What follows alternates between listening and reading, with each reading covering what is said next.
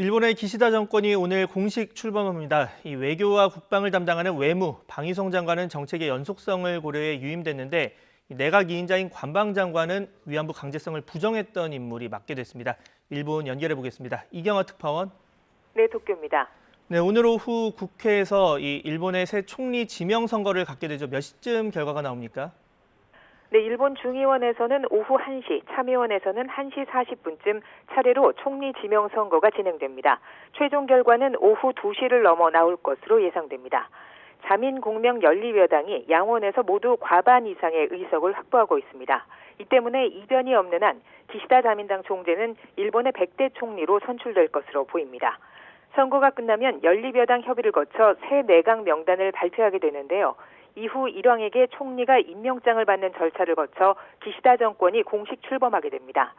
기시다 신임 총리는 오늘 밤 기자회견을 열어 국정 운영 방향을 국민에게 설명한 뒤 첫 강요 회의를 열 예정입니다. 한편 NHK는 기시다 자민당 총재가 이달로 임기가 끝나는 중의원 선거를 오는 19일 공시를 거쳐 31일 투표하는 방향으로 뜻을 굳혔다고 보도했습니다. 네, 집권여당 자민당 당내 인사에 이어서 이 내각에서도 아베 또 아소 전 총리와 인연이 있는 인사들의 기용이 눈에 띈다고요? 네, 그렇습니다. 지난달 미국 뉴욕에서 정의용 외교장관과 회담을 가진 모태기 일본 외무성 장관은 일단 유임됐습니다. 아베 전 총리의 친동생인 기시 방위성 장관도 내각에 남는 것이 확정됐는데요. 외교와 안보 정책의 연속성을 고려한 인사로 풀이됩니다.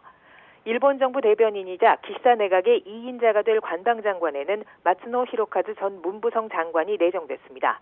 마츠노 신임 관방장관은 문부성 장관 시절 일본군 위안부 모집의 강제성을 부정하는 내용의 의견 광고를 아베 전 총리와 함께 미국 신문에 낸 인물로 알려져 있습니다. 강요 재직 중에 야스쿠니 신사를 참배해온 아베 전 총리의 최측근 하기우다 문부성 장관은 경제산업성 장관으로 자리를 옮겼습니다. 앞으로 수출 규제와 후쿠시마 오염수 방류 등 현안을 놓고 한국 정부와 다시 마주하게 됐습니다. 재무성 장관에는 아소 전 총리의 처남인 스즈키 주니치 전 환경성 장관이 지명됐고 총재 선거에 출마했던 노다 세코 의원은 저출산 대책 담당 장관을 맡게 됐습니다. 중국에 대한 견제를 염두에 두고 신설한 경제안보 담당 장관 그리고 디지털청 장관에는 40대가 등용됐습니다. 오늘 발표될 전체 20명의 새 장관 가운데 13명은 처음 입각하는 인물이고 여성은 이 중 3명으로 나타났습니다. 지금까지 도쿄에서 YTN 이경아입니다.